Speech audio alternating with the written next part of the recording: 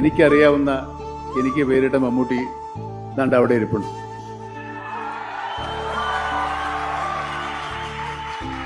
നിങ്ങൾക്ക് കാണാൻ വേണ്ടി ഞാൻ പുള്ളിയെ ഒന്ന് ഇങ്ങോട്ട് വിളിക്കാം. അദ്ദേഹത്തിന്റെ പേര് ശശിധരൻ എന്നാണ്. എളവനക്കാടാണ് വീട്.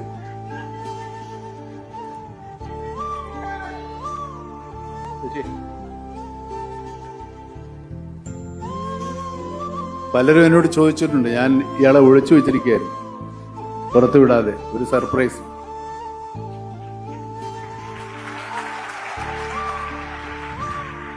ഇങ്ങനെ 4 പേര് കാണുക ഇയാളെ പരിചയപ്പെടുത്തണമെന്ന് എനിക്ക് വലിയ ആഗ്രഹമുണ്ടായിരുന്നു.